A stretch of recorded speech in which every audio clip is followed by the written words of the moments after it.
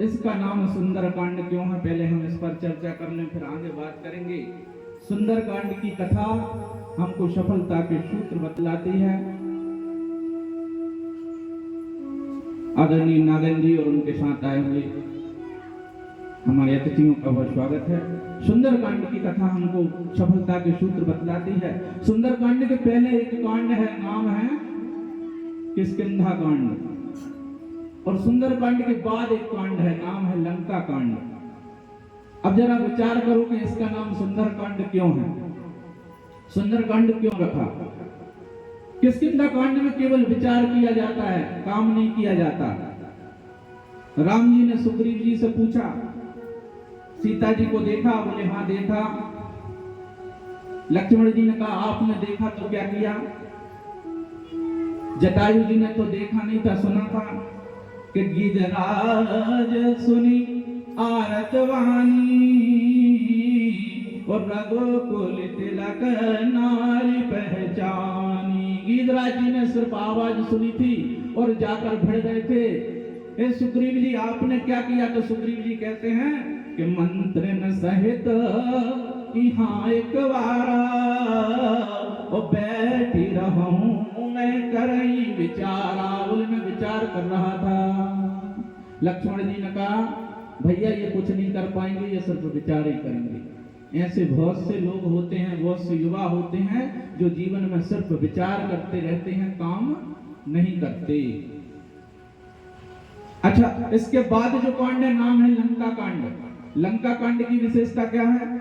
लंका कांड में काम तो होता है लेकिन विचार नहीं किया जाता। किसी ने कहा रावण से, बोले लंका किनारे समुद्र के किनारे राम की सेना आ गई है। तो रावण ने मंत्रियों को बुलाया, बोले विचार करो। तो बोले का करी है विचारा? कौन आया? नर कपिभालु आहार हमारा। कौन आया है? बोले नर कपिभालु, ये तो हमारे आहार है, खा जाएंगे सबको। किसी ने कहा खाने पीने का तो विचार करो। तो बोले अगर खाने पीने का विचार करें तो हम राक्षस काहे हैं? जो खाने पीने में विचार करे, जो अवश्य का भक्षण करे, वही तो राक्षस, वही तो रावण। बोले सबको खा जाएंगे। तो बिना विचारे काम करेंगे तो काम बिगड़ेगा कि नहीं बिगड़ेगा? बिना विचारे जो करे सो पाछे पछताए। अच्छा, रावण का बेटा सुन रहा था पलस्त। बोले अच्छा कुछ दिन पहले एक वानर आया था, श्री राम जी के ही दल का था, उसने तुम्हारे देखते देखते लंका जलाई। जलाई के नहीं, उसको क्यों नहीं खाया? कि सुधा न रही तुम ही तब काहू और जारत नगर कस न धरी खाओ। उसने पूरा नगर जला दिया, उसको खा नहीं पाए, एक को खा नहीं पाए, सबको खाने की बात करते हो। रावण का निकल जाओ हमारे यहाँ से, हमारे यहाँ काम किया जाता है, विचार नहीं किया जाता। संदेश ये है कि बिना विचारे काम करने वालों का घर भले ही सोने का क्यों ना हो, आग लग जाती है, बर्बाद हो जाता है। इसलिए अच्छी तरह सोच विचार कर काम करना चाहिए।